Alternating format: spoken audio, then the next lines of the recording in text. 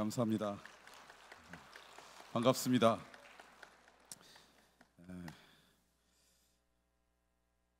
같은 대전에 있는 교회 집회하기가 쉽지 않습니다. 왜냐하면 아무도 오라고 안 해가지고 다른 지역은 수도 없이 다니지만 제가 이렇게 아까 찬양하면서 그 생각을 했어요. 내가 대전에 있는 교회, 특별히 감리교회에 가서 말씀을 전한 적이 있었나 그랬더니 꽤 오래전에 이 옆에 있는 둔산 성광교회 와가지고 말씀을 전한 적은 있는데, 같은 지역에 있는 목회자를 초청하는 게 웬만한 강심장이 아니고는 목사님들이 쉽지 않습니다.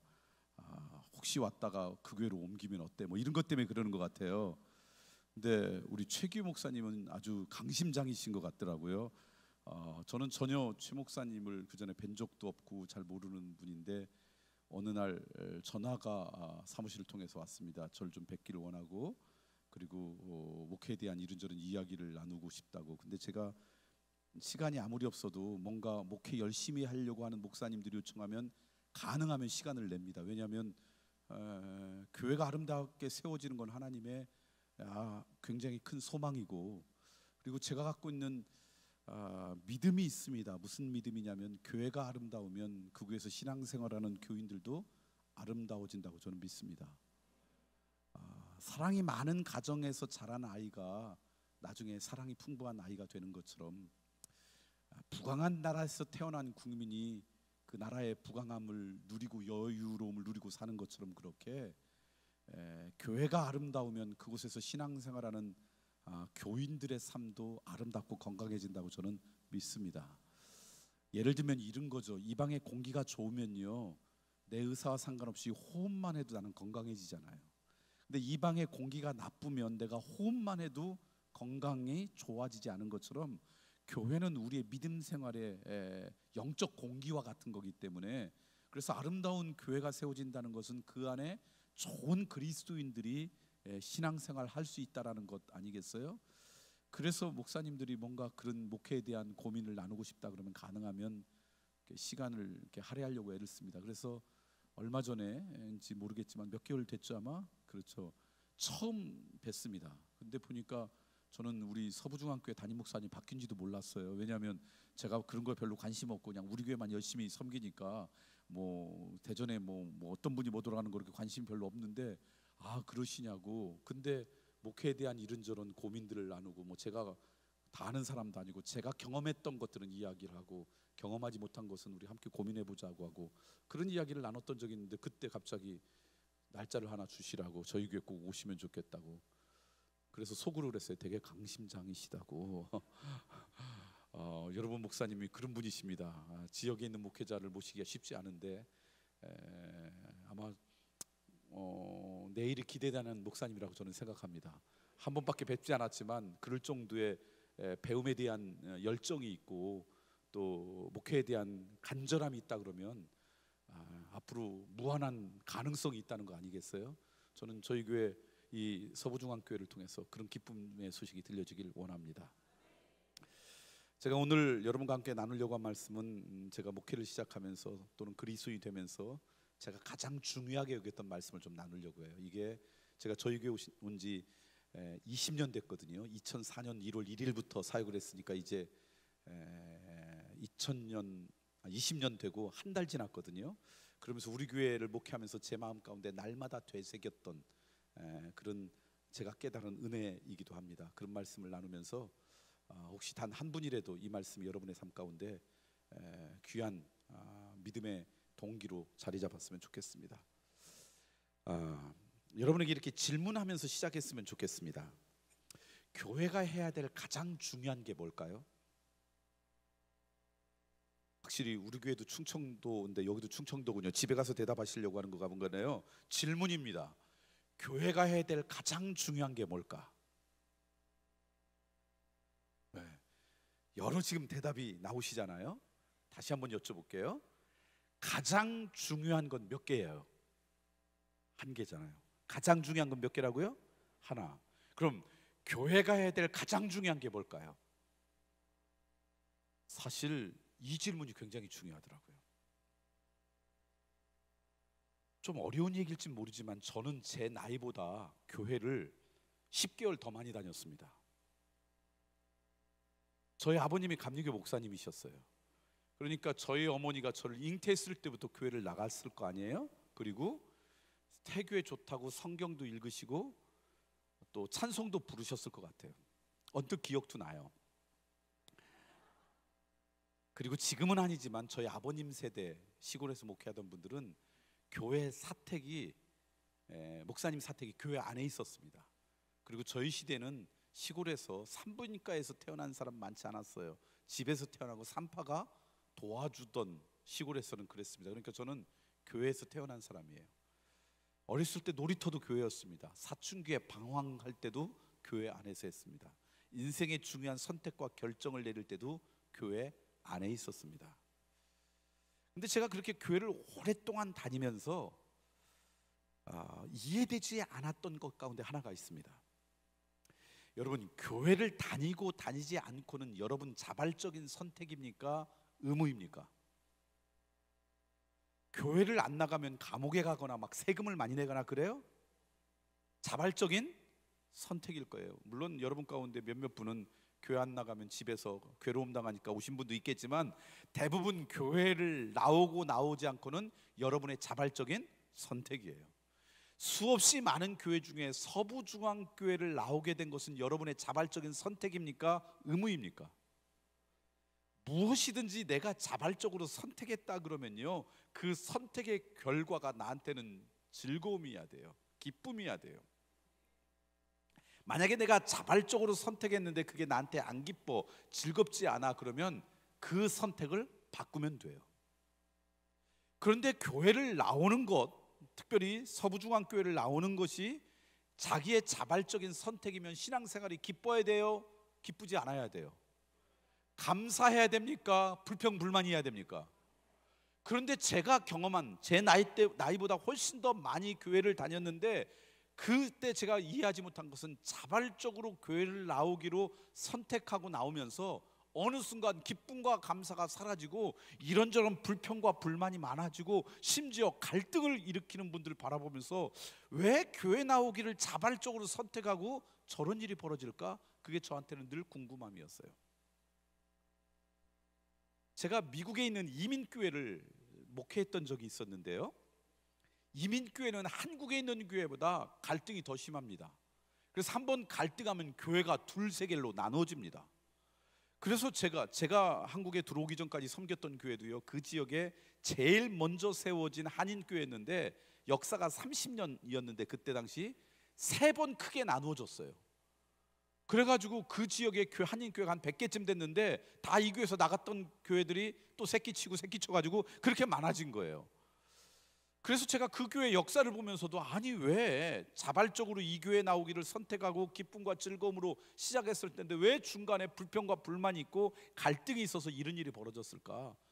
그게 고민이 되었어요. 이런저런 얘기하니까 어떤 목사님이 저한테 이런 말씀을 하시더라고요. 목사님, 조국을 떠날 만큼 결단하고 이민 온 분들이기 때문에 교회 하나 가르는 건 아주 쉬운 일이에요.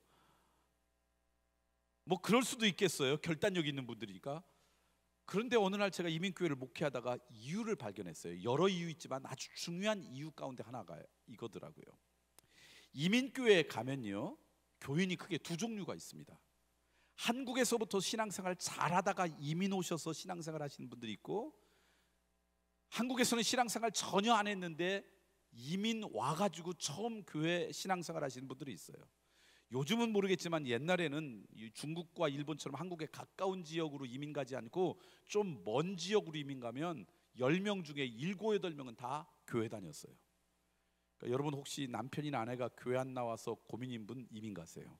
그러면 아마 교회 가실 거예요. 그리고 다시 여기 이민 오시면 되잖아요. 그런데 한국에서부터 신앙생활에 오신 교우들하고 미국에 와서 처음 신앙생활한 분들하고 두 부류가 그 교회 안에 있는데 어떤 분들에 의해서 교회에 갈등이 시작될 것 같아요? 한국에서부터 신앙생활 하신 분들일까요? 처음 미국에서 신앙생활 하신 분들일까요? 어떻게 몇 번 경험이 있으신가 봐요. 어떻게 이렇게 잘하세요? 한국에서부터 신앙생활 하신 분에 의해서 교회가 갈등이 시작되더라고요. 이유가 뭔지 봤더니요, 한국에서 신앙생활 하신 분들은 교회는 이러이러해야 된다는 자기 나름대로의 그림이 있어요. 교회에서 중요한 게 뭐라고 하는 자기의 나름대로의 생각이 있어요. 근데 그게 뭔가 봤더니 자기가 한국에서 다니던 교회의 거예요. 근데 이민 왔는데 그 교회가 다 자기의 한국 교회 같은 교회 출신이 아니잖아요. 근데 여러분, 교회가 다 같습니까? 다릅니까? 달라요. 다르다는 말과 틀리다는 말은 동의어입니까? 동의어가 아닙니까? 동의어가 아니죠. 그러면 다르다는 말과 틀리다는 말은 어떻게 달라요?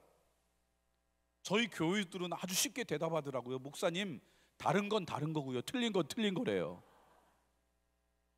성서적으로 이야기하면요, 틀린 것은요, 죄와 가까워지는 것은 틀린 거예요. 죄와 버타려고 하는 것은 그건 틀린 거예요. 그래서 그거는요, 죄와 가까워지는 것은요, 그거는 목숨을 걸고 순교를 각오하고 거부해야 돼요. 왜냐하면 죄가 우리 인생 가운데 찾아오면 우리의 인생이 망가지기 때문에 그래요. 고통이 있기 때문에 그래요. 그런데요, 다른 것은요, 이해할 문제예요. 수용할 문제예요. 포용할 문제예요. 하나님은요, 여러분이나 저나 여기 있는 모든 사람을 다양하게 창조하셨어요. 그래서 저는 다양성은 하나님의 선물이라고 생각해요. 근데 교회도 다 똑같습니까? 다릅니까? 조금씩 다 달라요. 틀린 게 아니에요. 그 교회에 고유한 문화들이 있어요. 그거는 그냥 수용하고 받아들여야 할 문제예요. 근데 우리는 착각해요. 다른 것을 뭐라고 여기냐면 틀렸다고 생각하고요, 내가 경험한 한국에서의 교회 경험하고 다르면 이거 틀렸다고, 그래서 교회가 갈등하더라는 거예요. 한 15, 16년 전쯤 됐는데요, 제가 저희 교회 와서 한 5, 6년쯤 지나서 저희 교회에서 어렸을 때부터 자랐던 30대 후반 되는 집사님 부부가 호주로 이민 갔어요. 요즘도 이민 가는지 모르지만 한때 뭐 헬조선 이래가지고 막 한국을 이민 가는 젊은이들이 있을 때 이제 호주로 이민 간 거예요. 그래서 이제 기도해 드리고 호주에 가서 잘 적응하시라고 그랬는데 얼마 후에 저한테 이메일을 보내셨어요. 목사님, 제가 호주 이 도시에 이민 왔는데요, 한국 교회가 9교회가 있대요. 그런데 어느 교회 다닐지 모르겠다고 목사님 좀 추천해 달라고. 근데 제가 그때 당시 한 번도 호주도 안 가봤는데 어떻게 제가 추천하겠어요? 그래서 제가 일반적인 답을 했어요. 우리 교인들이 다른 도시로 이사 가면 제가 늘 해주는 조언이에요.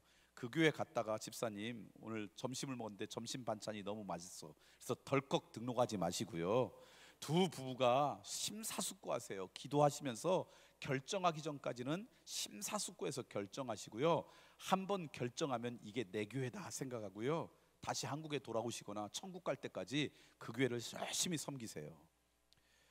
그랬는데 한 1년쯤 후에 이메일이 왔어요. 이분이 충청도 분인지 결정이 좀 늦은 것 같아요. 9개를 1년 동안 돌아다니신 거예요.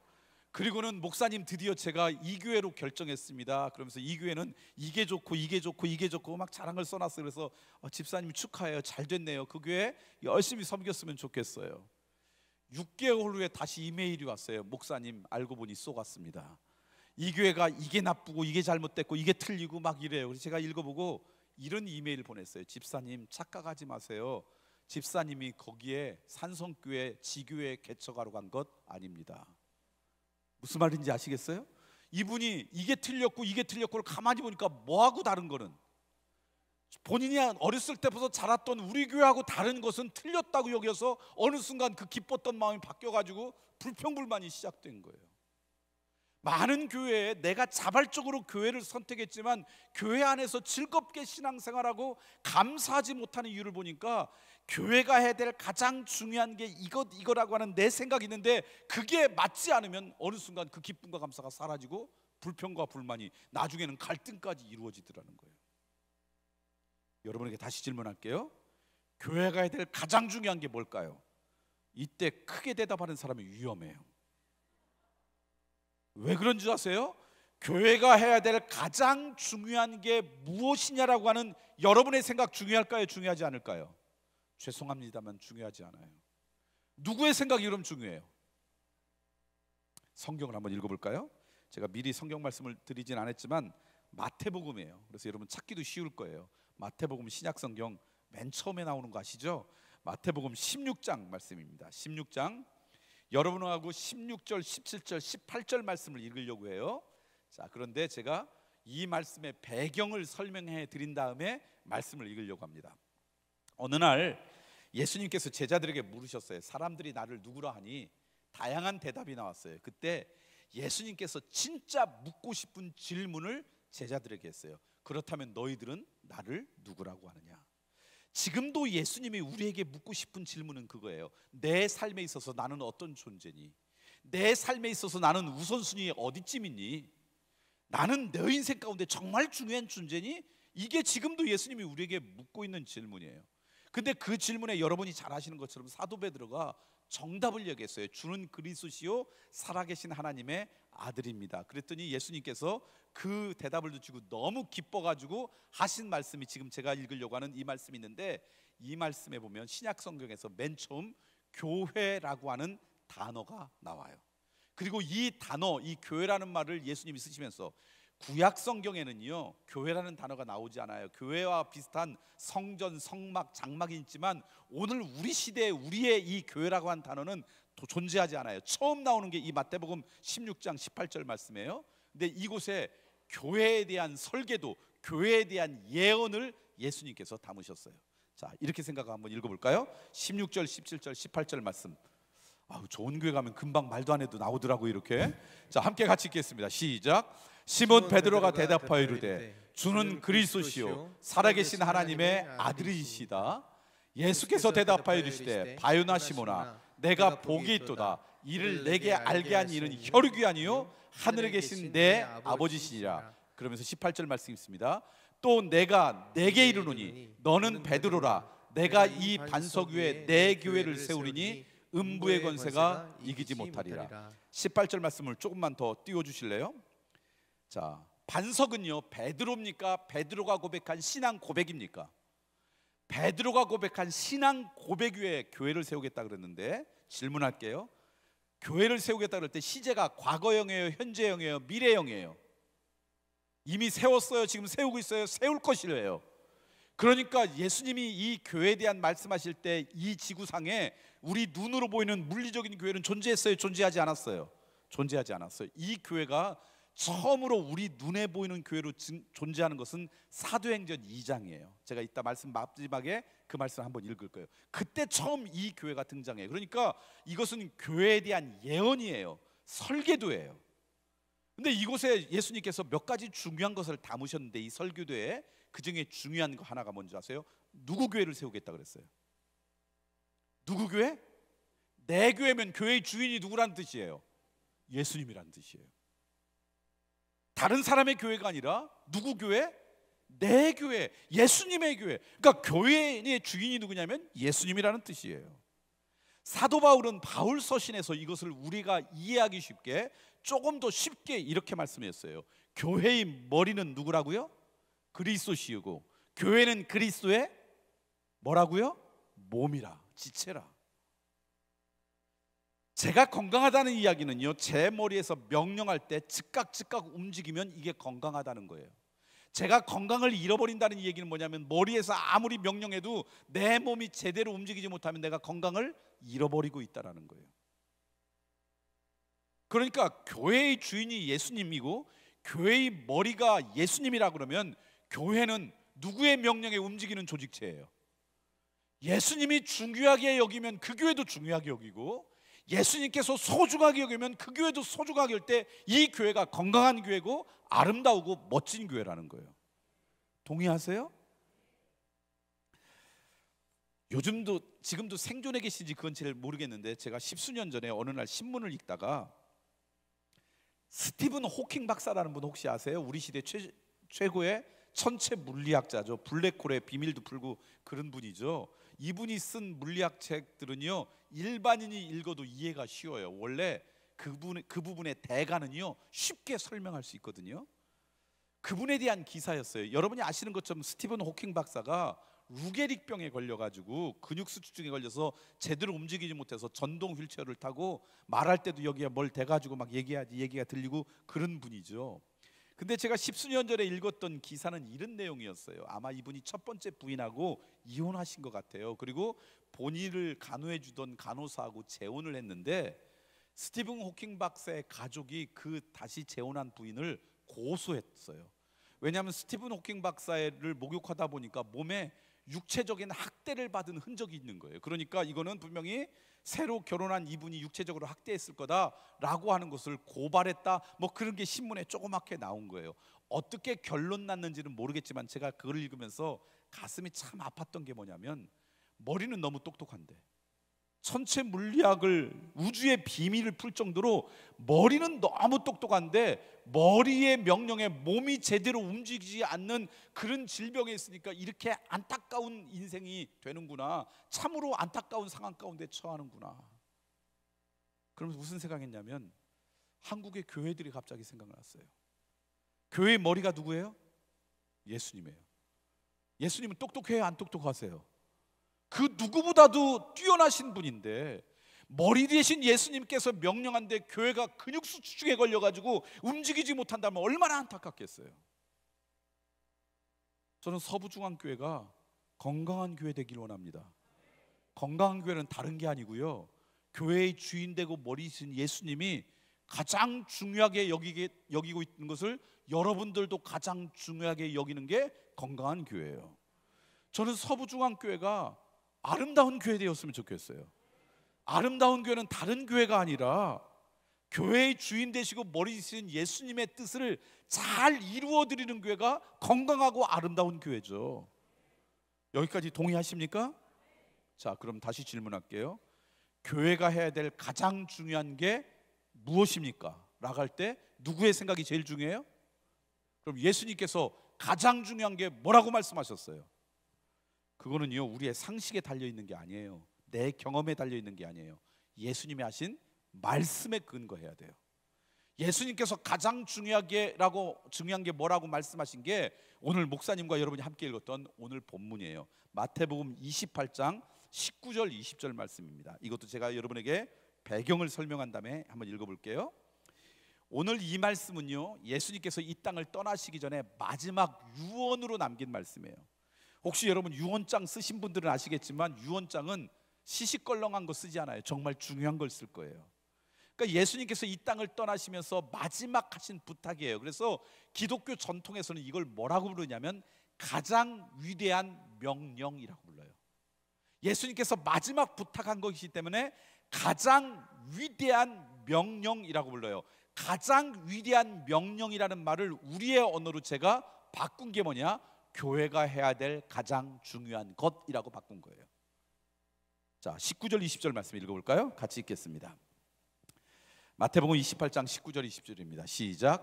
그러므로 너희는 가서 모든 민족을 제자로 삼아 아버지와 아들과 성령의 이름으로 세례를 베풀고 내가 너희에게 분부한 모든 것을 가르쳐 지키게 하라. 볼지어다 내가 세상 끝날까지 너희와 항상 함께 있으리라 하시니라.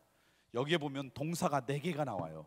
마지막 너희들이 이렇게 했으면 좋겠어. 행동으로 옮기는 것은 동사로 우리가 표현하잖아요. 근데 동사가 4개가 나와요. 그런데 우리나라 성경에는 어떤 게 본동사고 어떤 게 보조동사인지 구별하기 어렵지만 이 신약 성경의 원어는 그게 금방 구분이 돼요. 본동사가 궁극적인 목적이고요, 보조동사는 그 목적을 이루는 방법을 설명해요. 그런데 이 마지막 19절 20절 말씀의 본동사는 뭐냐? 제자 삼아라예요. 그러면 어떻게 제자 삼을까요? 궁금할 수 있잖아요. 그러니까 예수님이 방법도 알려주신 거예요. 사람 부르고 오라오라만 하지 말고 너희들이 뭐해서 19절 20절 보니까 뭐해서? 가가지고 놀지만 말고 세례를 주고, 세례 주고 만족하지 말고 하나님의 말씀을 가르쳐 지키게 해서 누구 삼으라고요? 제자 삼아라. 그러니까 예수님께서 이 땅을 떠나시면서 남긴 마지막 명령, 가장 위대한 명령, 너희들이 내 제자들이 너희들이 이거 했으면 좋겠어라고 했던 가장 중요한 건 뭐냐면 우리를 통해서 누구 삼으라는 거예요? 누구 제자를 삼으라고요? 예수님의 제자 삼으라는 거예요. 예수님께서 앞으로 다가올 제자들, 그 제자들의 공동체가 결국 교회 아니에요? 교회가 해야 될 가장 중요한 건 뭐냐? 이 교회를 통해서 예수 그리스도의 제자를 만드는 공동체 되어라. 이게 예수님께서 가장 중요하게 여긴 거예요. 그럼 건강한 교회, 아름다운 교회는 이 교회를 통해서 누가 세워져야 되는 거예요? 제자가 만들어져야 되는 거예요. 제자가 만들어진다는 건 뭐냐? 가장 중요한 건 뭐냐면 교회에서 있는 모든 사역이 뭐에 기여가 돼야 돼요? 예수님의 제자 만드는 데 기여돼야 된다는 거예요. 왜냐면요, 여러분, 가장 중요한 걸 행할 때 두 번째, 세 번째, 네 번째도 의미 있지, 가장 중요한 걸 행하지 않으면요, 두 번째, 세 번째, 네 번째 잘해도 그렇게 썩 의미 없는 거 아세요? 저희 아이들이 초등학교 뭐 1, 2학년, 3학년 이때 다닐 때였는지 어렸을 때, 그때가 제가 미국 이민교회를 목회할 때인데요, 휴일이 되면 우리 아이들을 비슷한 나이 또래는 부모님들하고 영화 보러 종종 갔어요. 요즘은 뭐가 나오는지 모르지만 그때 아이들이 좋아했던 만화 영화가 디즈니사에서 나왔거든요. 포카혼타스, 뭐 라이온 킹, 뭐 이런 거 나올 때예요. 그러면 아이들하고 가가지고 극장 가가지고 한 20, 30가정이 가가지고 열심히 봐요. 아이들보다 부모들이 더 재밌게 보죠. 그리고 이제 이렇게 본 다음에 끝나고 나서 바로 헤어지지 않아요. 은혜 있는 교회는 오래 남아 있거든요. 그래서 피자집에 가서 피자도 먹고 하루 종일 놀다가 각자 흩어져서 집에 오는 뭐 그런 기쁨들이 있었어요. 어느 날 만화 영화를 보고 이렇게 피자도 먹고 헤어져가지고 저희 집에 왔는데, 함께 영화를 보러 갔던 집사님 가정에서 전화가 왔어요. 목사님 큰일 났어요. 영화 보고 오니까 도둑들이 와가지고 다 훔쳐갔어요. 그래가지고 제 아내하고 그 집에 막 갔어요. 한 7분쯤 걸렸거든요. 운전하고 가가지고 봤더니 이 남녀 집사님이 그냥 시무룩하게 있고, 여자 집사님 막 훌쩍훌쩍 있고, 경찰 아저씨들이 와서 이렇게 조사를 하고 있는 거예요. 그런데 경찰 아저씨가 그러는 거예요. 여기 도둑이 너무 여유롭게 도둑질을 했다는 거예요. 그걸 볼 때 분명히 공범이 영화관에서 너희들을 주시하고 있었을 가능성이 높다는 거예요. 그래서 어떤 근거로 그럽니까? 그랬더니요, 2층이 이제 그 안방이죠. 우리로 치면 메스트 베드룸이었는데 거기서 이것저것 막 해가지고 훔쳐갔어요. 근데 보통 그러면 도둑들이 그냥 가잖아요. 근데 이불을 다시 잘 정리해놓고 갔어. 주인은 알아, 자기가 이게 정리하는 방식이 아니니까. 그런데 엉망으로 만든 게 아니라 제법 깨끗하게. 근데 주인 여자 집사님은 아는 거야. 이거 내가 한 게, 나는 이렇게 안 하는데 이렇게. 그래도 얼마나 예의 있어요. 이렇게 막 엉망으로 안 해놓고 정리를 해놓고 갔으니까. 그리고 1층으로 내려오면 부엌이 있었는데 글쎄 라면을 끓여 먹고 간 거야. 그러니까 이제 축축할 것 할 때 이제 훔쳐가지고 오려고 하는데 공범한테 전화가 온 거야. 야야, 걱정하지 마. 얘들 영화만 끝난 게 아니라 지금 피자집 가서 열심히 먹고 있다. 그러니까 갑자기 그 소리 듣고 배가 고팠던 것 같아요. 그래서 찰장을 열으니까 라면이 있어. 그래서 그걸 끓여 먹은 거예요. 근데 놀랍게도 설거지도 해놓고 갔어요. 자, 도둑이 와서 안방도 정리도 하고 설거지도 해고 왔으니까 도둑님입니까? 여전히 도둑 니은오 미음입니까? 무슨 얘기인지 아시겠죠?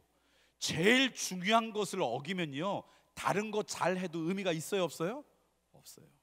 그러니까 교회에서 의미가 있으려면, 그 교회가 정말 건강한 교회고 아름다운 교회라면 교회에서 여러 사역이 있잖아요. 그 모든 사역이 뭐에 기여해야 된다고요? 벌써 잊으셨어요? 교회가 해야 될 가장 중요한 게 뭐라고요? 제자 만드는 거면 그곳에 있는 것이 다 뭐에 기여가 돼요? 예수님 제자 만드는데 기여될 때 그것들이 의미 있는 거예요. 우리끼리 모여가지고 교제하는데 너무너무 즐거워. 근데 예수님 제자는 관심도 없어. 그냥 우리끼리 그냥 즐거워. 그러면 이름을 바꿔야 돼요. 교회가 아니라 무슨 라이온스 클럽이나 무슨 개모임으로 바꿔야 될 거예요.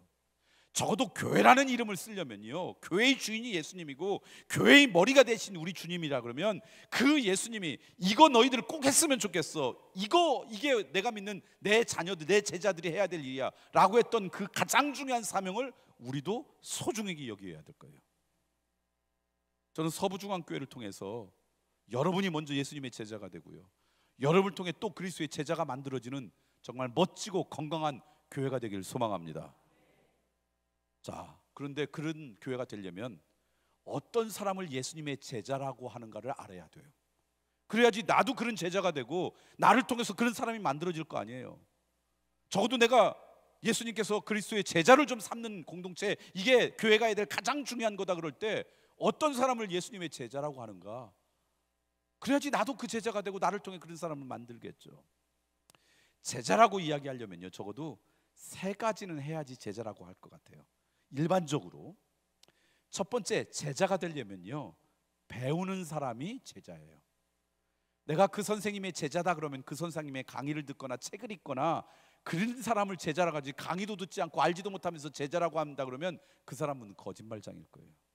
그러니까 여러분들이 예수님의 제자가 된다, 여러분을 통해서 누군가의 제자를 만든다는 얘기는 무슨 얘기냐? 누구로부터 배우려고 해야 돼요? 누구에 대해서 배우려고 해야 돼요? 예수님에 대해서. 예수님에 대해서 배우고 싶은 마음이 있어야 돼요. 이걸 조금 다른 말로 하면 영적 갈급함, 영적 갈망이 있어야 돼요. 내가 어떻게 살아가는 것이 그리스도인으로서 가정생활을 잘하는 걸까? 그걸 좀 알고 싶어서 성경을 읽기 시작한다. 어떻게 직장 생활하는 것이 그리스도인의 직장 생활일까? 그게 알고 싶어서 영적인 독서를 하고 하나님의 말씀을 묵상한다.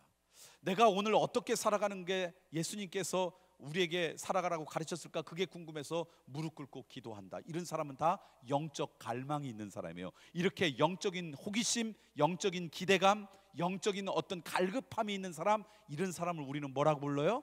제자라고 불러요. 주일날 아침에 눈을 떴더니 오늘은 주일이니까 교회 가야지, 습관적으로 형식적으로 의무적으로 나오는 게 아니라 오늘 교회 가서 예배 드릴 때 하나님이 어떤 은혜를 주실까, 오늘 설교를 통해서는 뭘 깨닫게 하실까, 그렇게 마음 먹고 교회에 온다 그러면, 그리고 기도 가운데 하나님 오늘 예배 가운데 주님 오늘 저에게 깨달을 걸 좀 깨달아 주세요, 깨닫기를 원합니다 라고 기도한다면, 이런 사람을 우리는 뭐라고 불러요? 제자라고 불러요. 예수님에 대해서 뭐 하려고 하는 사람? 배우려고 하는 사람. 저는 여러분이 그런 인생이 되길 소망합니다. 두 번째, 제자가 되려면요, 선생님으로부터 배우는 사람만 제자가 아니라 좀 더 좋은 제자는요, 그 사람의 목적이 뭐냐? 그 선생님을 닮는 게 목적이에요. 그 선생님을 흉내내는 게 목적이에요. 이런 사람을 제자라고 불러요. 내가 피아노를 배우는데 선생님으로부터 피아노를 열심히 배워요. 그럼 선생님이 곡은 어떻게 해석을 하고 피아노 건반은 어떻게 터치하는 걸 배웠는데, 그걸 배우고 내가 칠 때는 내 마음대로 쳐. 좋은 제자예요? 실력은 선생님하고 비교가 되지 않죠. 그렇지만 그분 흉내내 가지고 그분처럼 치려고 애를 쓸 때, 이런 사람 뭐라고 불러요? 제자라고 부르는 거예요. 저희 교회 그 주일 낮에 사부 예배 성가대 지휘자가 여자 권사님이세요. 오페라 가수로도 활동하시는 분이세요. 근데 이분 지휘를 전공하지 않고 오페라 가수시고, 그다음에 뭐 요즘은 이제 나이가 좀 들어서 공연을 많이 하지 않지만 그 전에 늘 주말마다 공연을 하고 이제 그러셨어요. 근데 제가 주일날 설교가 끝나면 결단 찬양을, 뭐 우리 성악을 전공한 분들도 부르고 또 어떤 그룹들이 이렇게 결단 찬양을 이제 부르는데, 1년에 한두 번쯤 그 권사님한테 부탁해요. 부탁할 때마다 감사합니다 하고 하는데, 그리고 자주 부탁해도 된다고 그러는데, 주말에 공연 많이 하니까 그분 보호하기 위해서 제가 정말 가끔씩 부탁을 해요. 근데 제가 그분한테 부탁을 할 때 어려운 곡을 부탁할까요? 쉬운 곡을 부탁할까요? 쉬운 곡을 부탁해요. 어려운 곡은요, 아무렇게나 불러도 우리도 몰라요. 그냥 다 은혜 받아요. 근데 우리가 다 잘 부르는 찬양은 진짜 잘 부르지 않으면 유치해요. 그래서 정말 쉬운 곡은 이분한테 부탁해요. 자주 부탁했던 게 어메이징 그레이스, 나 같은 죄인 살리신, 이런 건 진짜 잘 불러야 되잖아요. 그럼 이분 부탁하면 우리처럼 그렇게 불러요. 나 같은 죄인. 그러다가요, 그분이 조금 편곡을 해가지고 오페라 가수처럼 와 하고 끝나요. 그럼 교인들이 은혜를 너무 받아요. 성길고는 다 잃어버려도 그 찬양은 기억해요. 근데 이제 다른 때는 우리 성가대 하는 분들 가운데 성악을 전공한 분들도 가끔씩 하는데, 제가 딱 들어보면 저분은 우리 권사님의 제자야, 저분은 우리 권사님의 제자가 아니야, 금방 구분이 돼요. 제가 음악을 잘 알아서가 아니라 그분 제자는요, 발성하는 모습이, 곡을 해석하는 것이, 그리고 노래를 이렇게 부르는 모습이 꼭 누구 흉내내요? 그 권사님. 실력은 형편없어요. 그분 닮아갈 수 없어요. 그런데 이 사람의 목적이 뭐냐면 그분처럼 하려고 하는 게 목적이에요. 이런 사람을 우리는 뭐라고 불러요? 제자라고 불러요. 제가 미국에서 사역할 때 저희 교회 교인 중에 이란성 쌍둥이가 있는 집사님 부부가 있었어요. 근데 그 중에 한 명이 소아암에 걸렸어요. 백혈병이라고 흔히들 알리는 거. 그래서 소아암 전문병동에 입원했어요. 근데 아이가 아프면요, 제일 가슴 아픈 게 누구예요? 엄마, 어떤 남자분은 아빠라고 할 수도 있겠죠. 저도 저희 첫아이가 여자애인데 한돌이 되기 전에 한 6개월쯤에 병원에 입원했던 적이 있어요. 그냥 엄마하고 버스를 타고 가다가 갑자기 얘가 버스에서 그냥 혼절한 거예요. 그래가지고 다음 정거장에 내려가지고 앞에 있는 병원을 이제 뛰어 들어갔어요. 그랬더니 그게 지금은 어디로 이사 갔을 텐데 옛날에 동대문에 있던 이대 부속병원이었어요. 그래가지고 이제 가가지고 막 이제 저는 그때 다른 수련회를 인도하고 있었는데 연락을 받고는 갔어요. 그래서 이제 이제 병원에서 이렇게 조사를 하더니 병명이 밝혀진데 이질이었어요. 장염 중에 하나였어요. 그러니까 열이 너무 나가지고 얘가 기절을 한 거예요. 의식을 잃었던 거죠. 지금은 어떻게 치료하는지 모르지만 그때 치료를 하는데 일단 굶기더라고요. 안에 있는 모든 병균이 나올 수 있도록 굶기고, 그런 다음에 그 안에 있는 그게 다 나오면 그 다음에 이제 먹이는 거예요. 근데 애가 어린아이니까 못 먹으면 생존할 수 없잖아요. 그러니까 머리를 빡빡 깎더니 여기다 이제 주사기를 꽂고는 영양분은 이렇게 이제 공급해 주는 거예요. 근데 아이가 어리니까 말도 안 통하니까 아무리 공급이 돼도 배가 고프니까 울잖아요. 말이 통하면 부모가 그것도 설명하고 그러는데 말도 안 통하니까 그 옆에서 간호하는데 얼마나 답답하겠어요. 근데 그때 제 아내하고 저하고 논쟁이 붙었어요. 논쟁이 뭐였냐면, 아이는 언제일진 모르지만 이 앞에 안에 있는 게 다 나올 때까지 굶어요. 근데 이 아이를 간호하는 보호자는 함께 굶어야 될까요? 밥을 먹어야 될까요? 같이 굶어야 돼요? 먹어야 돼요? 감사합니다. 제가 먹자파였어요. 우리가 먹고 힘을 내서 이 아이를 잘 간호해야 되지 않냐. 근데 제 아내가 그러는 거예요. 당신 말이 맞대요, 머리로는. 근데 애가 굶어서 배고픈데 어떻게 밥이 들어가냐고. 그래서 밥 시간이 되면 저는 구내식당 가서 밥을 먹고 오고요, 제 아내는 이 아이가 다시 밥을 먹을 수 있을 때까지 같이 굶더라고요. 그때 알았어요. 아이가 아프면 엄마 아빠 다 마음이 아파요. 그런데 엄마들의 그 마음 아픈 것은 아빠하고 또 비교가 되지 않더라고요. 그러니까 이 소암에 걸린 이 아이를 돌보는데 제일 가슴 아프게 그 여자 집사님이에요. 그러면 그 집사님을 신방가에 가면 아이는 만나지도 못해요. 우주복 같은 걸 입어야지 들어가는 그 실에서 치료를 받으니까. 그럼 이분을 위해서 기도해주고 오는데 이분이 어느 날 그러는 거예요. 이 자기 아이를 치료하는 주치의 선생님 때문에 큰 위로를 받는 거예요. 근데 어느 날 가보니까, 목사님 저 사람이 저희 아이 주치의예요 그랬는데 50대 중반쯤 되는 백인 의사인데 머리가 하나도 없어요. 근데 원래 머리가 없는 게 아니라, 원래 머리가 있는데 아이들이 치료받다가 머리가 이렇게 빠지면 막 그 힘들어 하잖아요. 그러니까 아침마다 이 사람은 출근해가지고 뭐 하냐면 꼭 의식처럼 자기 머리를 면도기로 민대요. 그리고 와서 아이들 머리를 갖고 이렇게 만져보면서, 봐라 나도 없다 그러면서 위로한다는 거예요. 그러니까 부모 입장에서 얼마나 큰 위로가 되겠어요. 근데 그 병원에 갈 때마다 젊은 수련이들 가운데 빡빡 깎은 수련이들이 가끔씩 눈에 띄어요. 근데 그들은 한결같이 그 주치의 선생님 밑에서 수련하는 의사예요. 의술은, 의학 실력은 그 선생님하고 비교가 되진 않지만 그 모습을 보면서 아, 나도 저런 의사가 되겠다고 흉내내 가지고 닮으려고 머리부터 깎은 거예요. 이런 사람을 우리는 뭐라고 불러요? 그런 사람을 제자라고 불러요. 아니, 어떻게 우리가 예수님 같은 인생 되겠어요? 어떻게 그게 말이 돼요? 그러나 내 삶의 목적과 예수님처럼 살아가는 것, 그분 닮는 것, 성경에 나타난 예수님의 성품과 인격과 그분의 사역처럼 내가 닮아가는 게 내 삶의 목표예요. 그래서 그렇게 살아가려고 애쓰다가 우리의 연약함 때문에 무너질 수 있죠. 그때마다 다시 회개하고, 그리고 하나님 앞에 다시 마음을 가다듬고 그분 닮으려고 애쓰는 사람이라면 그분이 바로 누구라고요? 제자예요. 저는 여러분들이 그런 제자가 되길 소망합니다. 세 번째, 좋은 제자는요, 기회가 될 때마다 선생님 자랑하는 사람이 좋은 제자 아닐까요? 내가 선생님으로부터 피아노를 배웠어요. 실력은 비교가 되지 않지만 내가 칠 때마다 선생님이 가르쳐주는 대로 치려고 애를 썼어요. 근데 친구가 피아노 배우겠다니까 딴 분 소개시켜줬어요. 좋은 제자예요? 좋은 제자는 피아노에 관심도 없는 친구한테 가서, 야, 내가 피아노 배워왔더니 우울증도 없어지고 너무 좋더라, 너도 피아노 좀 배워볼래? 내가 좋은 선생님 있어. 그리고 자기 선생님을 그 친구에게 소개시켜주고 자랑하는 사람이 좋은 제자죠. 그러니까 때를 얻든지 못 얻든지, 기회가 되든지 기회가 없든지 간에 우리가 누구 자랑하는 사람이어야 돼요? 내 명예, 내 의로움, 이거 자랑하는 게 아니라 나에게 이렇게 살아갈 수 있도록 은혜 주시고 돌보아 주셨던 그분 자랑하는 인생, 이런 사람이 좋은 제자라는 거예요. 저는 여러분들이 그런 인생 되기를 소망합니다. 이렇게 예수님께서 교회 가야 될 가장 중요한 게 뭘까? 가장 아름다운 게 뭘까라고 할 때 뭐 삼으라고요? 제자 삼으라고 말씀하셨어요. 그래서 예수님의 이 설계도에 의해서 처음 이 지구상에 드러난 교회의 모습이 사도행전 2장에 나와요. 그 사도행전 2장의 모습이 어떤 모습이냐를 찾아볼까요? 사도행전 2장에 있는 말씀 찾아보겠습니다. 사도행전 2장 46절 47절 말씀입니다. 이게 이제 아까는 내 교회를 세우겠다 미래형으로 말씀하셨는데, 그 말씀에 의해서 사도들이, 예수님께서 승천하신 후에 사도들에 의해서 이 땅 가운데 맨 처음 등장한 교회의 모습이에요. 자, 사도행전 2장 46절 47절 말씀. 자, 좋은 교회는 이렇게 금방 나온다니까요. 다시 한번 읽겠습니다. 시작.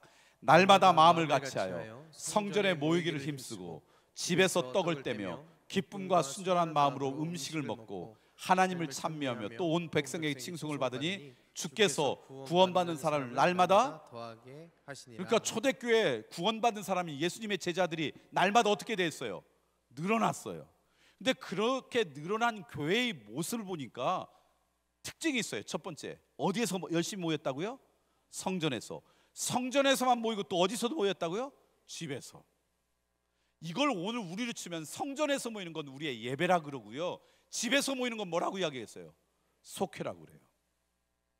여기까지는 잘 알아요. 근데 많은 분들이, 많은 목사님들이 여기서 모르는 게 있어요.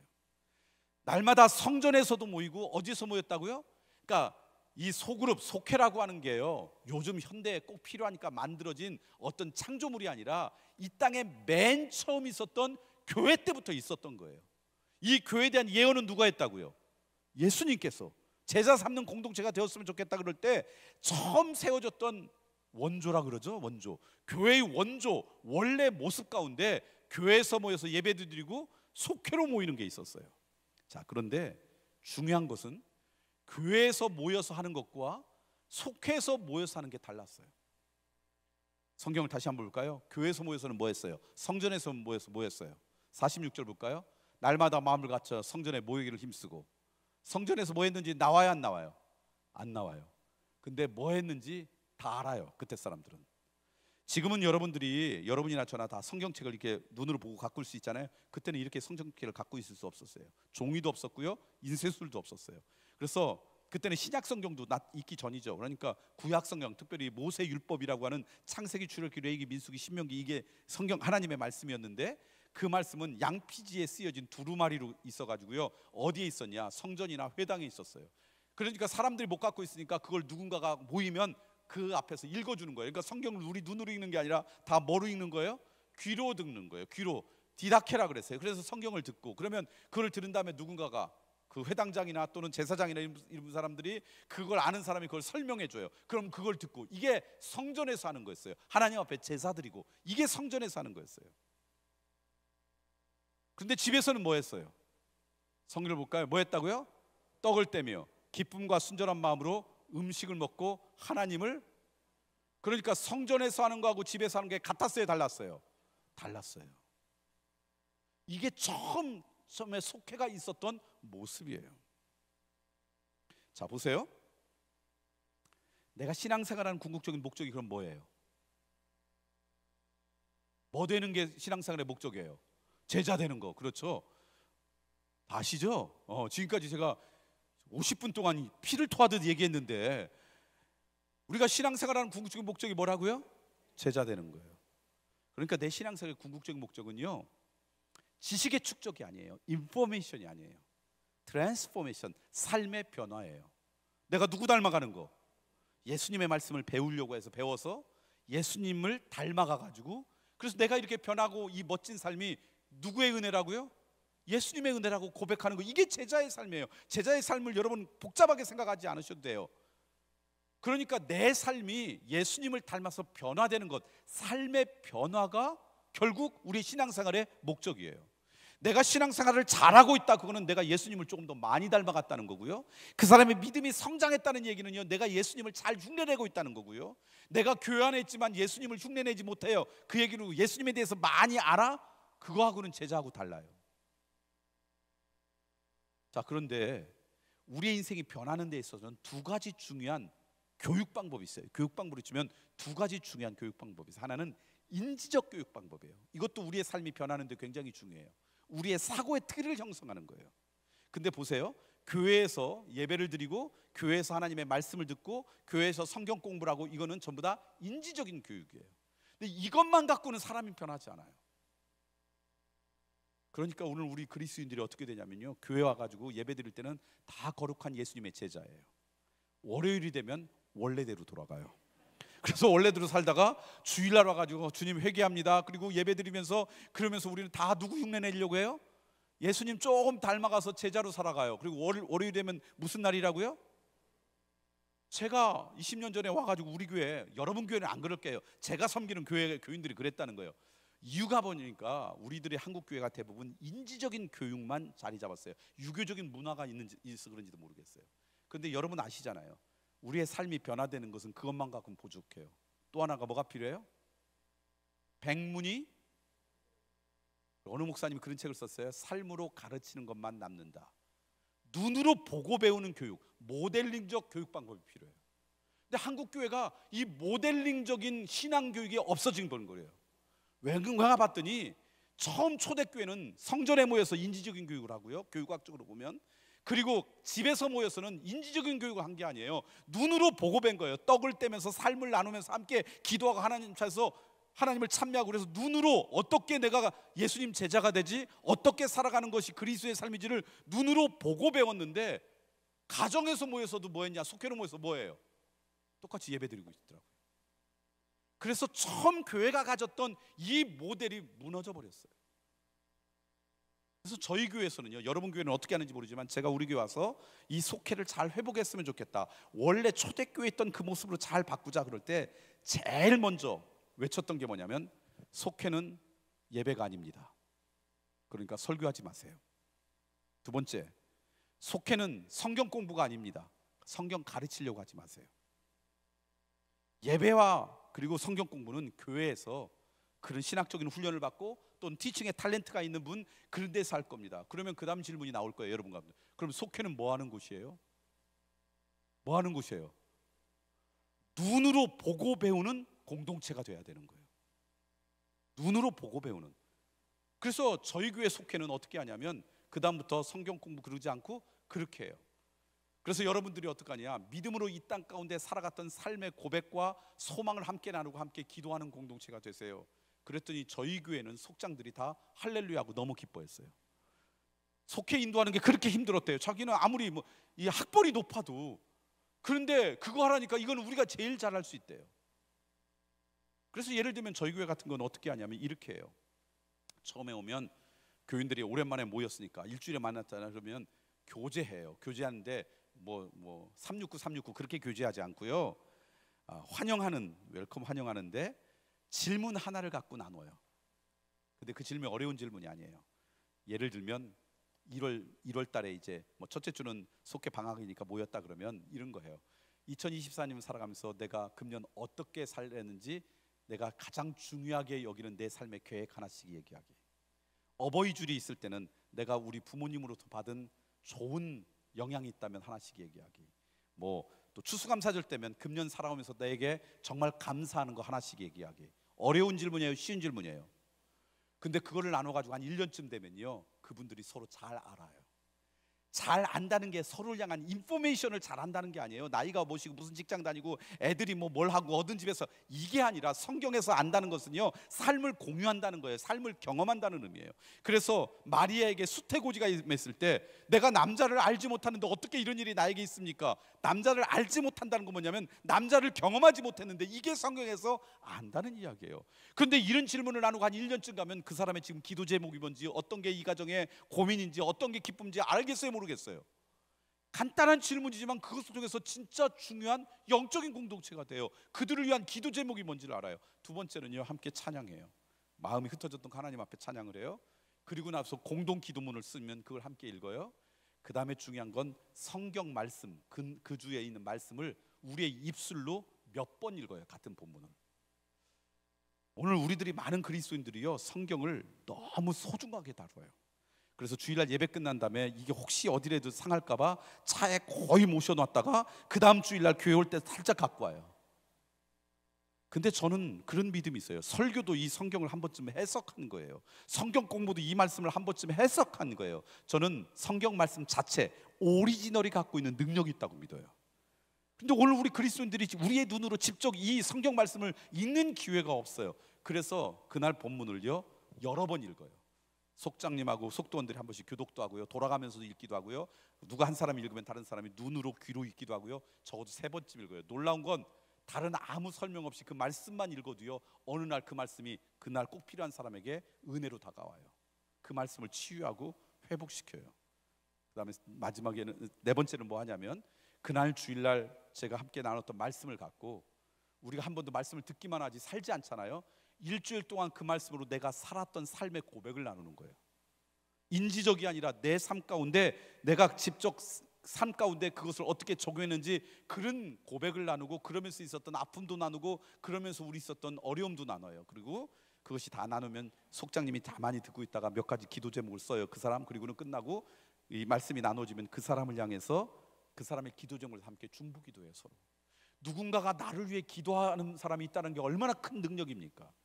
그리고 마지막에는요, 우리가 함께 교회 광고도 나누고 또 헌금을 해서 선교지로 보내고, 그리고 서로 허깅하면서 축복해요. 자, 보세요. 저희 교회에서 있는 이 속회 모임이 설교 있어요, 없어요? 성경 공부 가르치는 게 있어요, 없어요? 근데 이게 그냥 노는 거예요, 예배예요? 정말 중요하잖아요. 왜냐하면 아까 얘기했던 사도행전 2장 46절에 있는 말씀을 우리 시대에 해석하는 거예요. 그런데 놀라운 건 뭐냐면 성경에서 듣는 게 아니라 내 삶 가운데 살아가면서 꼭 필요한 것들을 그곳에서 나누는 거예요. 완전하고 완벽한 게 아니에요. 다 부족해요. 근데 나보다 반걸음쯤 앞에 가 있는 그리스도인의 삶을 보면서 나도 저래야지, 나도 저래야지. 그러니까 우리의 삶이 누구처럼 닮아가요? 조금이라도 예수님처럼 닮아가는 거예요. 두 가지 이야기를 한번 해볼게요. 저희 속회에서 있었던 이야기예요. 어느 남자분이 안티크리스천으로 살아갔어요. 교회 다니는 거 싫어했어요. 그리고 교회에 막 욕했어요. 그런데 어느 날 소개팅에 나갔더니 그 여자도 안티크리스천이에요. 그래서 마음이 의기가 맞아서 결혼했어요. 안티크리스천 가정이 된 거예요. 한 사람은 서양 철학을 전공했고 한 사람은 미학을 전공했어요. 그래서 더 시니컬했는지 몰라요. 그래서 딸 둘을 낳고 살았는데 아무리 지들이 똑똑한 줄 알았는데 어느 날 가정에 갈등이 왔어요. 똑똑하다고 가정에 갈등이 없는 게 아니잖아요. 그래서 같은 지붕에 있지만 별거하기 시작했어요. 그게 안타까웠어요. 근데 자매가 이렇게 우리 가정이 깨어진다는 걸 받아들이기 어려웠어요. 그래서 그거 갖고 고민하다가 어느 날 학부모 모임에 가끔 가면 항상 얼굴에 미소 띄는 사람이 있었는데 자기가 보니까 그 사람이 어느 교회를 다니더래요. 그러니까 그때만 해도 그냥 비아냥거리고 그랬는데 사람이 위기가 오면 신앙 좋은 사람을 찾게 돼 있거든요. 그 사람한테 연락했어요. 어느 교회냐고. 근데 그 사람이 우리 교회 교인이었어요. 그래서 우리 교회를 소개시켜줬어요. 근데 마침 그때가 40일 동안 사순절 특별 새벽 기도를 할 때였어요. 그래서 이 사람이 마지막이란 지푸라 기도를 잡는 심정으로 새벽 기도에 나왔어요. 40일 동안 새벽 기도를 한 거예요. 근데 어느 날 남편이 보니까 새벽마다 아내가 일어나서 어디를 갔다 오더래요. 이제 뭔지는 몰랐죠. 근데 놀라운 건 거기 다니기 시작하면서 아내의 얼굴이 표정이 완화해진 거예요. 부드러워진 거예요. 그러니까 어디 가나 보니까 낌새 보니까 교회 다니는 거더래요. 자기가 싫어하는 교회지만 갔다 와서 가정이 평강이 있으니까 가겠어요, 말리겠어요? 가라고 했어요. 근데 놀랍게도 결혼해가지고 10년 넘게까지 한 번도 아침밥을 차려준 적이 없대요. 그 부인이. 미인은 잠꾸러기라고 그러면서 맨날. 근데 새벽에 일어나서 가는 게 너무 기이한 거예요. 그리고는 그렇게 갔다 와서 이 자매가 하나님께서 마음을 만지셨던 것 같아요. 남편한테 와서 우리 헤어지지 말고 같이 살자고, 노력해보자고. 그러면서 아이들과 함께 교회를 다니기 시작했고, 자기는 교회 다니기 싫지만 가정이 회복된다니까 그냥 가져가고 교회를 나왔대요. 근데 교회를 나와서 몇 년 동안은 그냥 저희 여기는 없군요. 저희 교회는 2층 저 위에 있거든요. 제가 배심원석이라고 부르는 거기서 그냥 앉아가지고 졸기만 하고 이제 그랬대요. 근데 어느 날 설교가 귀에 들어오는데 꼭 잘못했을 때 교장 선생 교무실에 끌려가서 선생님한테 조목조목 혼나는 것처럼 말씀이 귀에 들리기 시작하더래요. 누가 그 마음을 열었을까요? 성령 하나님이 열으셨겠죠. 그리고 예수님을 믿어서 세례를 받았어요. 그런데 고민이 생겼어요. 직장 다니면 늘 회식하고 저녁마다 술 먹는데 세례까지 받는데 이제 그거는 안 했으면 좋겠어요. 근데 지금까지 직장에서 10몇 년 동안 다 그렇게 됐는데 이걸 어떻게 끊을까? 근데 이분이 세례 받고는요 신앙생활 잘하겠다고 남자 속회에 들어간 거예요. 저희 교회 남자 속회. 그래서 거기서 이렇게 자기 고민을 나누고 기도 제목을 나누는데 이분이 사실은 제가 세례 받고 신앙생활 잘하고 싶은데 내가 우리 이 회사에서 제일 주당으로 술 많이 먹는 사람으로 손꼽히는데 이걸 어떻게 해야 될지 모르겠다고 맨날 그 고민을 나누는 거예요. 만약에 그 사람이 나한테 와서 그 교우가 목사님 어떻게 해야지 직장에서 회식 가서 술 안 먹을 수 있어요? 물어보면 제가 제대로 조언 못했을 거예요. 추상적인 조언했겠죠. 왜냐하면 우리는 사역자들이 회식 가서 술 안 먹잖아요. 근데 거기에서 그렇게 나눴는데 마침 그 남자 속회를 인도하시는 분이 저희 교회 장로님이셨어요. 근데 젊었을 때 들고는 못 다녀도 배에는 술을 집어넣고 다니는 분이었어요. 자기 경험이 있는 거야. 그러니까 이분이 조언을 했는데 제가 그걸 들어보고 야, 삶 가운데서 나오는 조언이 그 어떤 조언보다 좋구나. 이분이 그랬대요. 한 달만 미친놈 소리 들으면 된다고. 각오가 돼 있냐고 그래서 각오가 돼 있다고. 가가지고 먼저 나 교회 다니기 시작했다, 세례 받았다고 선포하고 점심 먹으러 가서 식사 기도를 하는데 오래 하라고. 그러면 옆에 사람이 저 사람 이상하다가 이상한데, 근데 한 달 동안은 별별 조롱을 다 받을 거라고. 근데 한 달만 견디면 그 다음부터 당신을 인정할 거라고. 근데 이 사람이 고민이 있었어요. 기도를 오래 할 줄을 몰라. 이제 예수 믿어가지고 기도를 어떻게 할 줄 몰라. 그래서 물어봤어요. 저 기도 찰 줄 모르는데. 그랬더니 이 장로님이 자기의 경험이겠지, 조언을 해줬어. 성경을 피더니 맨 앞에 있는 주기도문을 보더니 이거를 지금부터 애워가지고 100번을 애운 다음에 눈을 뜨라고. 그래가지고 그거를 애워가지고 식사해가지고 100번은 고사고 한 10번쯤 애워서 눈을 떴더니 다 밥 먹고 없더래요. 다 가가지고 한 달이 아니라 3주 했더니 사람들이 다 인정해 주더래요. 모르는 사람이 술을 하려고 하면, 옛날에 이 사람은 이주님을 너무 사랑했던 사람인데 요즘 딴 주님 사랑한다고 그러면서 자기들이 그리고 맞고 오히려 자기들 대리운전 불러주고 이런 거 뒤처리 가는 거 줬고. 그러니까 이 사람이 신앙생활하는 데 변화되는데 설교 말씀만이 아니라 어디에서 삶을 나누는 고민 끝에 오히려 조금이라도 닮아가는 걸 통해서 인생이 성장하는 거예요. 어느 여자분, 어느 집사님이세요. 교회를 나오는데 고민이 있었어요. 시어머니하고 갈등이 있는 거예요. 근데 여기 여자분들 시어머니하고 갈등 없는 며느리가 어디 있겠어요. 근데 이분의 고민은 뭐냐면 그 시어머니가 우리 교회 기도대장인 거예요. 그러니까 어디 가서 이야기할 수 있어요, 없어요? 없죠. 혼자 마음이 아프죠. 그 얘기했다가는 그분 원교원들이 그분 존경하는 권사님인데, 근데 아무리 그래도 가정에서 며느리하고 시어머니 갈등이 할 수 있어요, 없어요? 있죠.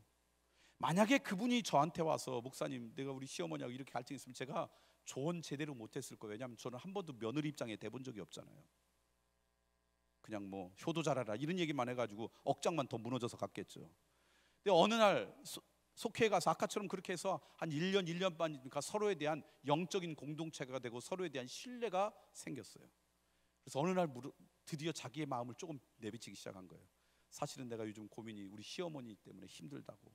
근데 그분들이 시어머니가 누군지 다 알잖아요. 그랬더니 어떻게 너 그럴 수 있냐고 그러지 않고요. 그 얘기 듣더니 거기 속도원 전부 다가 시어머니 욕을 하기 시작한 거예요. 그래서 그냥 그 속회가 은혜가 풍성했어요. 시어머니 욕들 하느라고. 그러니까 위로가 되는 거예요. 나만이 아니라 다 이렇구나. 근데 영적인 공동체는 그걸로 끝나지 않아요. 그러면서 그런데 내가 이렇게도 해봤다, 이렇게도 해봤다, 그러면서 지혜를 얻기 시작했고요. 그 지혜를 떠나서 자기 이야기를 나눴을 때 그걸 공감해주고 그것 때문에 함께 기도해주는 분 때문에 힘을 얻었어요. 그분이 시어머니와 관계가 회복됐을까 안 됐을까요? 회복됐죠. 어디에서 그게 이루어졌다고요?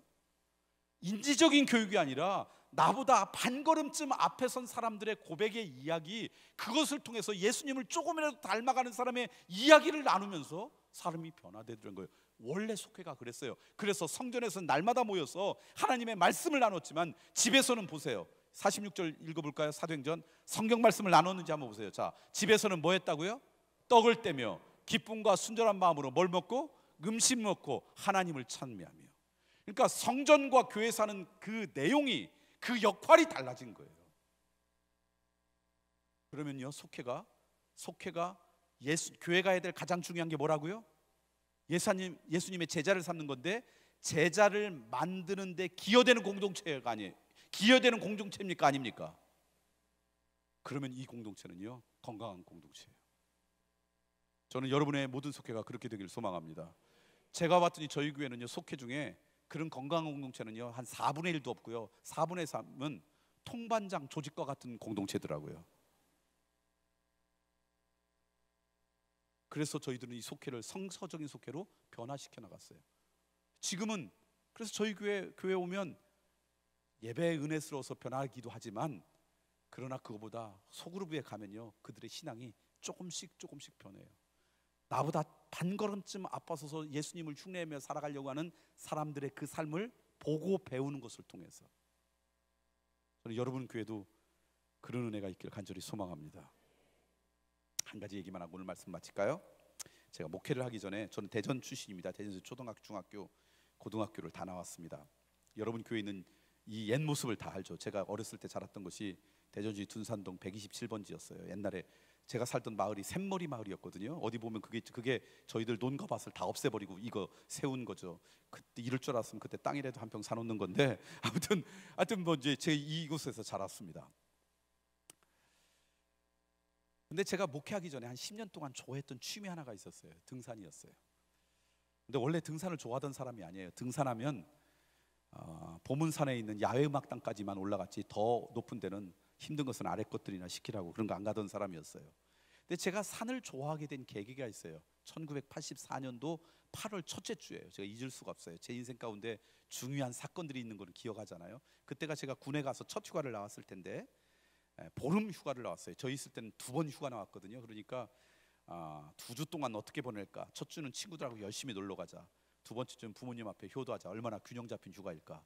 그렇게 계획하고 왔어요. 그때는요, 지금처럼 인터넷도 휴대폰도 없고요. 집 전화나 손으로 된 편지로 결국 연락할 수밖에 없을 때인데 20대 초반에는 남자아이들이 그때 그렇게 연락하고 나요. 무전여행도 다니고 그럴 때니까 가서 연락되는 누구든지 하고 그냥 놀러 가자. 그리고 집에 왔어요. 근데 8월 첫째 주가 휴가철이니까 다 어디를 놀러 가고 전화가 되는 애가 없는 거예요. 그래서 야, 잘못하면 혼자 이거 놀러 가지도 못하고 그랬는데 제 고등학교 동창 중에 충남대학교 법과대학을 다니는 애가 있었는데 고시 공부한다고 어디 들어갔다가 2주에 한 번씩 집에 와서 빨래 이제 받고 갈 때 재수없게 제 전화를 받은 거예요.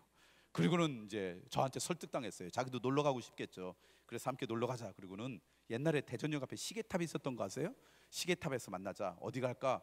너도 가보지도 않고 나도 안 가보대 가보자. 그리고 막 이제 준비물을 쌌어요. 저는 바닷가 가고 싶어서 수영복도 챙기고 막 그리고 갔어요.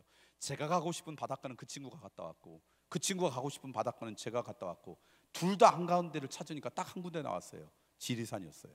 그러면 우리 지리산 가자. 뭐 20대 젊은이들이 막 그런 용기 같은 게 있잖아요. 만용 같은 게. 그래서 지리산 간 거예요. 산이라는 건 모르고 그냥 가서 죽을 똥하고 노고단까지 올랐어요. 요즘 거기 차가 가지만 옛날에는 다 걸어 올라갔거든요. 둘이 여기 누가 오자 그랬냐고 막 투덜거리면서 그리고 올라가가지고 이제 위에 그 산장에 근처에 캠핑장에 이렇게 이제 텐트를 치고 이제 있는데 가보니까 나는 그때 몰랐는데 1920년대 30년대 우리나라에 있던 선교사님들이 풍토병을 피해서 멈추었던 유적들이 있더라고요. 하나님이 이거 보라고 오라고 했는가 보다. 그래서 둘이 그거 이렇게 보면서 그리고는 이제 잠을 잤는데 밤새도록 폭우가 쏟아졌어요. 그래서 산장에 대피했다가 그 다음 날 보니까 여전히 비가 주룩주룩 와서 짐을 챙겨가지고 산장에서 이제 잘 정리하고 쓰고는 둘이 여기가 아닌가비요. 그러니까 딴 데 내려가서 딴 데 가자. 내려가려고 했더니 산장에 있는 아저씨들이 부르더니 니들 산에 처음 왔지? 어떻게 하셨어요? 그랬더니 산에는 이게 비가 오면 내려갈수록 계곡물이 기하급수적으로 늘어나가지고 그래서 조난당한다는 거예요. 산 꼭대기는 벼락만 안 맞으면 사니까 여기 있다가 비가 그친 다음에 하루쯤 지나서 내려가라고. 지극히 상식적인 것도 모르고 산에 간 거예요. 바깥에는 비가 오는데요. 비가 오고 갈 데가 없으면 그 산장 안에 사람들이 뭐 합니까? 한국 사람들 다 담배 피면서 동양화를 갖고 막 다 이거는데 곤도 질식해 죽겠어요. 둘이 나와가지고 참화배들을 보는데 시간은 갖고 나는데 휴가는 지나가는데 비는 오고 둘이 투덜투덜거리고 있는데 빗길을 뚫고 남자 2명 여자 2명이 등산을 하는 거예요. 그런데 폼이 우리하고 달라요. 우리는 배낭이 옆으로 퍼졌는데 그 친구들은 날씬하게 위로 쭉 올라갔어요. 그리고 나중에 알았는데 내려가는 것은 계곡물이 늘어나서 힘들지만 종주라 그러죠. 능선을 하는 건 비가 와도 가는 거예요. 그 종주를 하는 거였어요. 근데 우리는 모르지만 딱 보니까 폼이 우리하고 달라. 그래서 제 친구하고 쟤들 따라가 보자. 나중에 보니까 서울에 있는 어느 산악반 아이들이었어요. 한 1시간쯤 가더니 잠깐 쉬면서 그 다음에 배낭 우회를 딱 열더니 긴 자켓을 꺼내서 딱 입었어요. 1700m가 넘고 그러면요 더울 때 그냥 가지만 쉴 때 에너지를 뺏기니까 보온하느라고 그걸 딱 하는 거예요. 우리도 배낭을 딱 열었어요. 수영복밖에 안 나오는 거예요. 그래서 옆에서 이제 보면서 이제 보는 거죠. 그래서 그냥 있었어요. 수통을 끝내더니 물을 한 모금씩 먹어요. 종주를 할 때 능선을 갈 때는 물을 얼만큼 리저브하느냐가 중요해요. 근데 우리는 그런 것도 모르니까 물도 없는 거죠. 그러더니 지금도 있는지 모르겠어요. 에이스 크래커를 꺼내더니 딸기잼을 꺼내서 거기다 발라가지고 하나씩 먹는 거예요. 종주할 때는요 아침 점심 저녁 먹을 때 한 4시간씩 걷는데 중간에 에너지를 채워줘야 돼요. 지금은 에너지바나 그런 게 굉장히 많지만 그때는 우리나라에 별로 없었어요. 제일 값싼 게 잼인데 잼만 퍼먹으면 낭만이 없잖아요. 그러니까 에이스 크래커에 발라가지고 먹는 거예요. 우리는 뭐 먹을 게 어디 있어요. 그래서 또 봤어요. 그랬더니 다시 물을 먹고는 넣고 1시간쯤 지나서 또 그러는 거예요. 저희를 보더니 불렀어요. 아저씨, 군인도 나이가 비싸면 아저씨라고 부르잖아요. 3박 4일 동안 그 친구들 우리를 먹여 살렸어요. 저는 등산을 책으로 배운 게 아니라 그 사람들 가면서 뭘 준비하는지, 어떻게 길을 찾는지, 물론 중간에 이제 비는 그쳤지만 조그만 공간에서 어떻게 텐트질을 그 사람들이 살아가는 것 하는 걸 옆에서 보고 흉내내면서 그렇게 말하면서 배운 거예요. 종주가 끝나고 내려와서 그 사람들은 서울로 가고 우리는 이제 대전으로 오게 됐어요. 얼마나 고마워요. 요즘처럼 휴대폰이 있으면 얼마나 좋겠어요. 없으니까 집 전화번호 좀 알려주세요. 제가 군대가 서울 근교니까 자주 서울에 나오니까 올 때 제가 꼭 살해하고 싶습니다. 식사라도 대접하고 싶습니다. 그랬더니 그 친구들이 연락처를 안 주는 거예요. 그러면서 이렇게 얘기하는 거예요. 저희들도 처음에 산에 갈 때 아저씨들과 같았는데 산 좋아하는 분들한테 도움을 받아서 이렇게 산을 잘 타게 되었습니다. 언젠가 산에 다니시다가 그런 분들 만나면 그분 도와주시면 됩니다. 그리고 가는 거예요. 멋있어요, 안 멋있어요? 저는 외계인인 줄 알았어요. 아니, 지구상에 인간의 탈을 쓰고 어떻게 그렇게 멋있는 사람이 있어요? 그때 제가 결심했어요. 산 사람이 되자.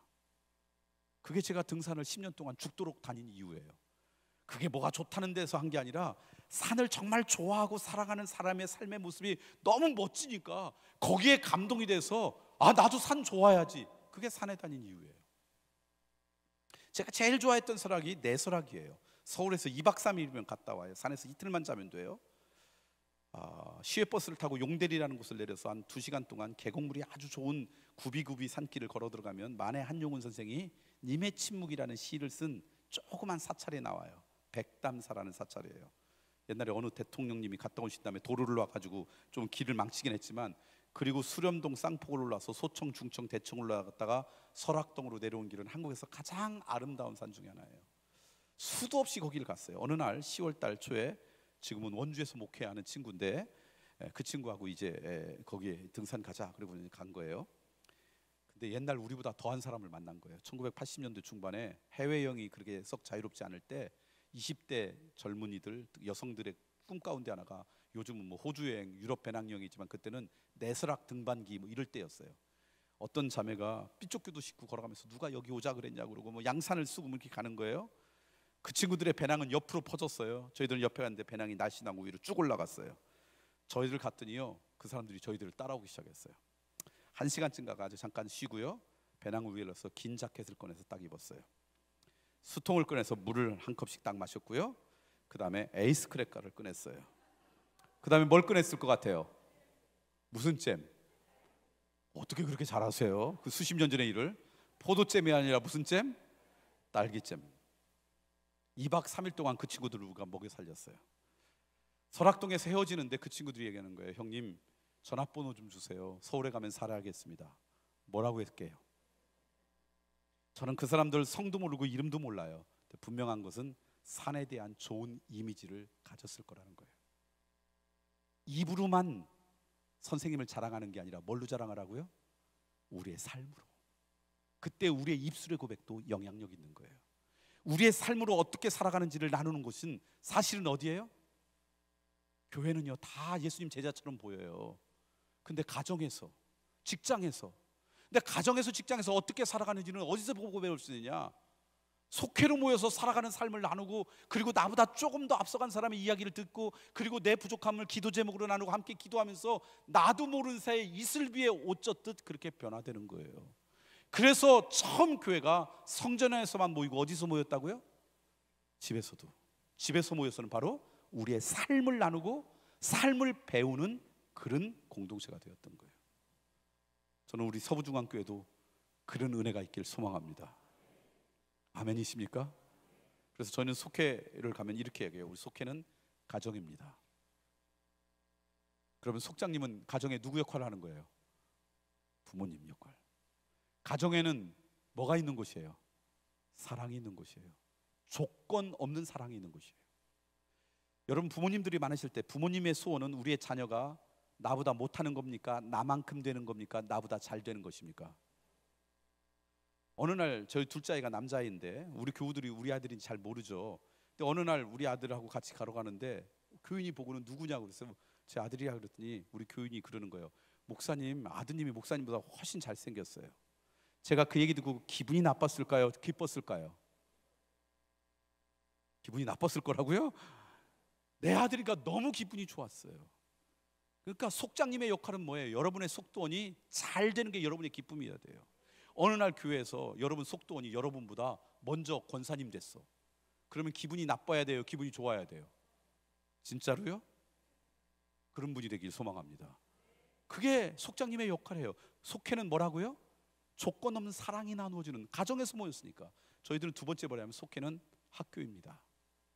그러면 속장님이 뭐 하는 분이에요? 선생님이에요. 학교는 뭐 하는 곳이에요? 가르치는 곳인데, 인지적인 교육을 가르치는 곳이 아니라 삶을 가르치는 곳, 보고 배우는 공동체, 그게 속회입니다. 세 번째는 교회는 병원입니다. 그래요. 병원에 가면 아픈 사람이 많아요? 건강한 사람이 많아요? 이 병원에 갔더니 왜 이렇게 아픈 사람이 많아? 그리고 그 병원을 나온다면 지혜로워요? 지혜롭지 못해요? 좋은 병원일수록 조금 아픈 사람이 많습니까? 왕창 아픈 사람이 많습니까? 근데 교회는 병원인 거 아세요? 예수님께서 내가 의인을 부르러 온 게 아니라 누굴 부르러 왔다고요?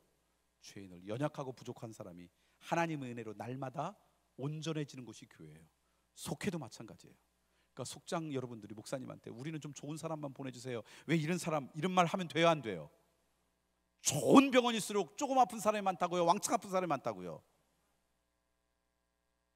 왜 동의를 안 하세요? 여러분이 좋은 속회면요, 그런 사람이 와서 여러분들의 삶을 통해서, 여러분의 사랑을 통해서 조금씩 뭐 하는 거예요? 편해지는 거예요. 저는 여러분 교회가 그런 교회가 되었으면 좋겠습니다. 말씀을 정리하고 싶어요. 교회가 해야 될 가장 중요한 게 뭐라고요? 여러분의 교회에 대한 생각을 먼저 내려놓는 거예요. 교회는 이뤄야 된다는 내 생각을 내려놓고요, 교회인 주인 되시고 머리 대신 예수님의 생각을 존중하는 것.